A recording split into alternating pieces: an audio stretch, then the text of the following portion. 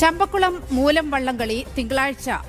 മൂലം വള്ളംകളിയെ അധിക്ഷേപിച്ചതിൽ പ്രതിഷേധം ശക്തമാക്കിയ മുഖ്യമന്ത്രി തെറ്റുതിരുത്തി ജലോത്സവ നാളിൽ അവധി നൽകുമെന്ന പ്രതീക്ഷയിലാണ് കുട്ടനാട്.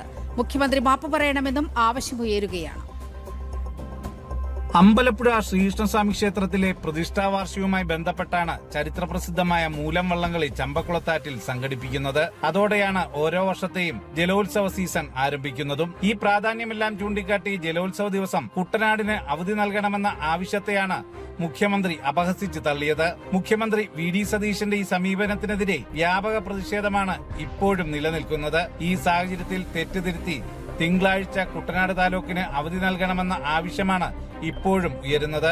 എന്നാൽ അവധി പ്രഖ്യാപനത്തിൽ മാത്രം കാര്യമില്ലെന്നും ഹൈന്ദവ വിശ്വാസത്തിന്റെ ഭാഗമായ വള്ളംകളിയെ അധിക്ഷേപിച്ച മുഖ്യമന്ത്രി ഹൈന്ദവ സമൂഹത്തോടും കുട്ടനാട് ജനതയോടും മാപ്പ് പറയണമെന്നും ബി.ജെ.പി. ആവശ്യപ്പെടുന്നു. ഇതേസമയം മുഖ്യമന്ത്രി നിലപാട് തിരുത്തിയില്ലെങ്കിൽ കുട്ടനാട് എം.എൽ.എ. റെജി ചെറിയാന് അഭിമാനത്തോടെ യു.ഡി.എഫിൽ തുടരാനാകില്ലെന്നും ചൂണ്ടിക്കാണിക്കപ്പെടുന്നുണ്ട്. ജനം, ആലപ്പുഴ.